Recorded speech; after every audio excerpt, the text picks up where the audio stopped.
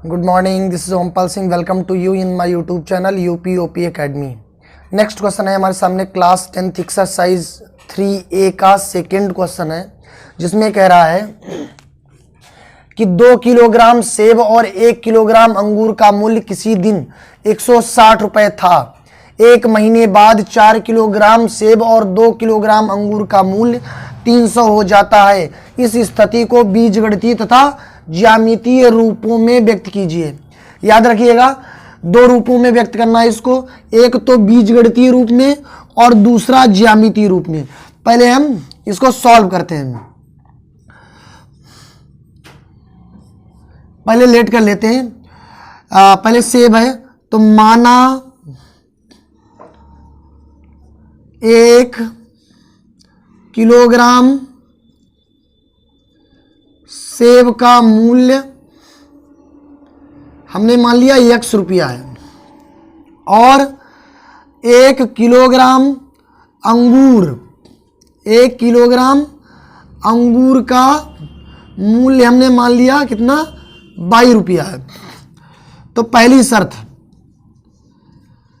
शर्त हमारी क्या है इसमें कि 2 किलोग्राम सेब, 1 किलोग्राम सेब का कितना है x है, 2 किलोग्राम सेब का कितना हो जाएगा 2x हो जाएगा, प्लस 1 किलोग्राम अंगूर, 1 किलोग्राम अंगूर का कितना है 22। टोटल मिला करके कितना हो जाता है 160 रुपए। टोटल मिला के हो जाता है 160 रुपए। ये हमारी इक्वेशन 1 बन जाती है। अब दूसरी शर्त हमारी क्या है, दूसरी शर्त देख लेते हैं क्या है।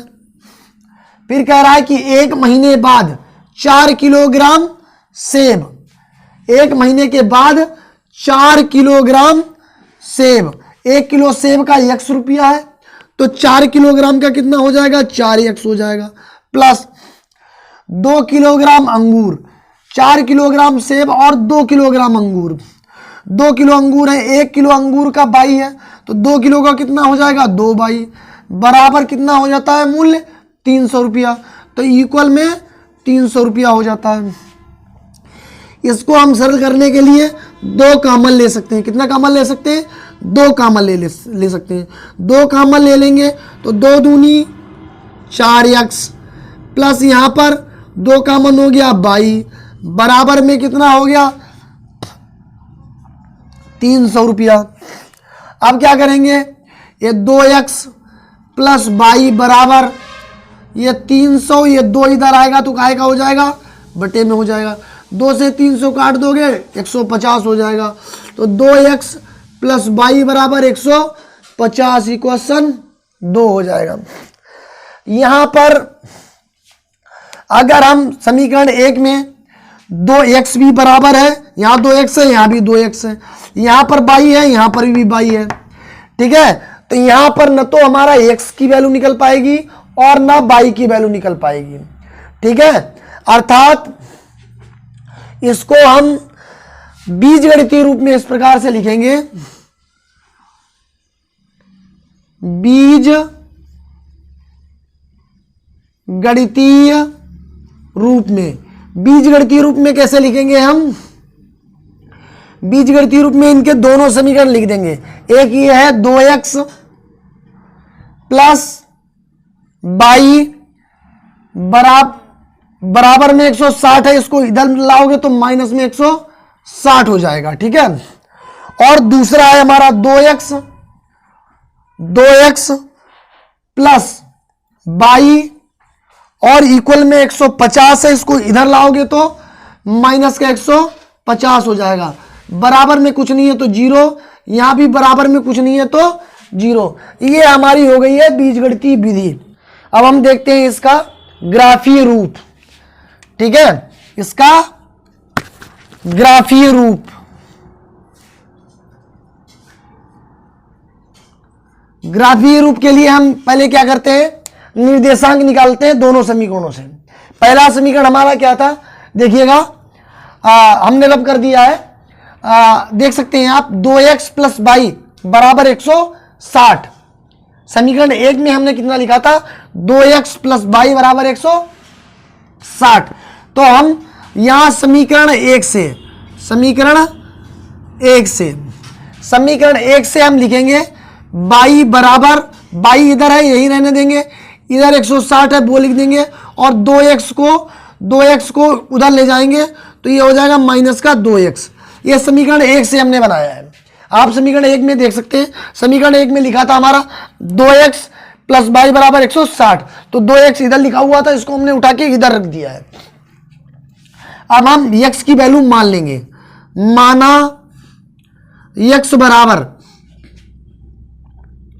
बराबर हम पहले 50 मान लेते हैं, तो y बराबर हमारा कितना हो जाएगा, y बराबर हो जाएगा 160 माइनस 2, और यहां पर कोई निशान नहीं है, गुणा x है, तो x बराबर हमने 50 माना है, तो यहां कितना रख देंगे x की जगह पर 50, तो ये हमारा कितना हो जाएगा 160 माइनस 50 दूना 100, 160 में से 100 कम कर देंगे, कितना बचेगा 60।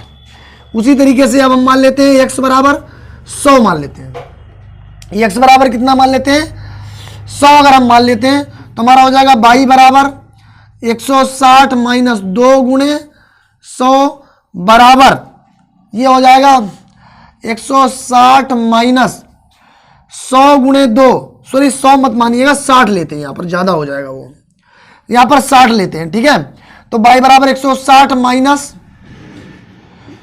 2 गुणे 60 हो जाएगा, तो 160 माइनस 60 दूना 120, तो 160 में से 120 चला जाएगा, कितना बचेगा 40 बचेगा हमारा।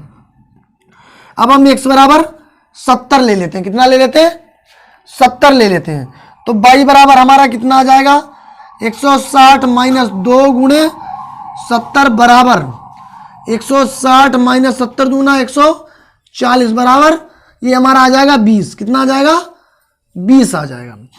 इसी तरीके से समीकरण 2 से, समीकरण 2 हमारा क्या था, समीकरण 2 था हमारा 2x प्लस y बराबर 150, 2x प्लस y बराबर 150, तो y बराबर 150 और 2x को इधर लाओगे तो वो माइनस का हो जाएगा। हम x वाले यही मान लेते हैं, माना x बराबर हमने मान लिया 50, x बराबर कितना मान लिया 50, तो हमारा y बराबर कितना हो जाएगा, y बराबर हमारा हो जाएगा 150 माइनस 2 गुणे 50 बराबर 150 माइनस 50 दूना 100, तो 150 में से 100 कम कर देंगे, कितना बचेगा 50। फिर हम ले लेते हैं x बराबर 60, तो यहां कितना आ जाएगा y बराबर 150 माइनस 2 गुणे 60 बराबर, तो 150 में से 60 दूना 120 कम कर देंगे, तो 150 में से 120 कम कर देंगे तो कितना बचेगा 30 बचेगा। इसी तरीके से हम x बराबर 70 ले लेते हैं, तो y बराबर हमारा 150 माइनस 2 गुणे 70, तो हमारा ये आ जाएगा 150 माइनस 2 गुणे 70 दूना 140, यहां पर हमारा कितना आ जाएगा 10 बचेगा, ठीक है। तो इसी प्रकार से हम देख लेंगे समीकरण 1 से हमें कौन से निर्देशांक मिले हैं और समीकरण 2 से कौन कौन से निर्देशांक प्राप्त हुए हैं। समीकरण 1 से हमें ये 50 कामा 60 कितने मिले हैं 50 कामा 60, फिर 60 कामा 40, 60 कामा 40, तो यहां लिख देंगे 60 कामा 40, फिर 70 कामा 170 कामा 20, ये है 70 कामा 20, 70 कामा 20, ये समीकरण 1 से हमें निर्देशांक प्राप्त हुए हैं। अब समीकरण 2 के निर्देशांक लिखेंगे।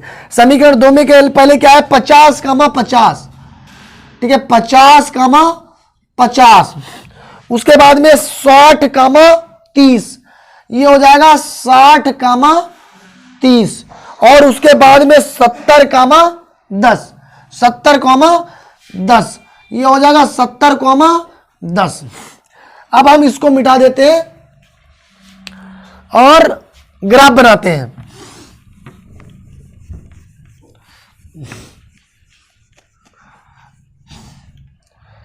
ग्राफ इसको 10 फिर ये 20, 30, 40, 50, 60 और ये 70 है। माइनस में कोई नंबर है नहीं तो लिखने की जरूरत नहीं है।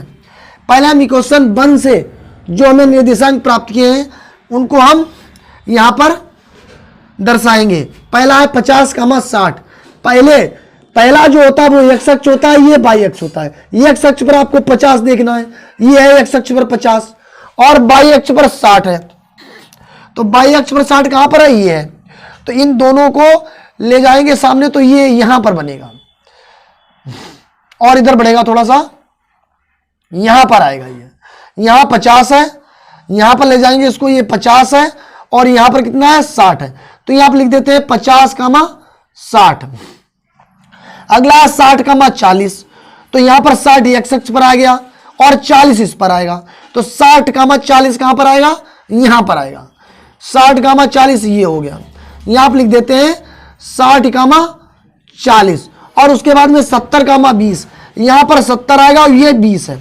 तो 70, 20 कहां पर आएगा, हमारा ये आएगा, ये आएगा 70, 20। ये हमारा 70, 20 है। इस लाइन को हम, ये बिंदु है, इनको आपस में मिला देंगे। आप ग्राफ में बनाएंगे तो आपकी लाइन बिल्कुल सीधी बनेगी। इसी तरीके से इसमें है 50, 50। 50 ये हो गया और 50 ये हो गया। इसके सामने सीधे जाएंगे तो 50, 50। ठीक है, 50, 50 तो ये हो गया 50, 50।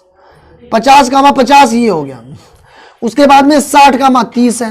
तो इस पर 60 चले जाइए, यहाँ 30 आ जाएगा। 60, 30 कहाँ हो जाएगा, ये हो जाएगा 60, 30। उसके बाद में कौन सा है, 70, 10 है। तो 70 ये हो गया और 10 ये हो गया। 70, 10 ये हो गया। तो ये लिख दीजिएगा इनके पास में। ये वाला हो गया है 50, 50। ठीक है, ये वाला हो गया है हमारा 60, 30।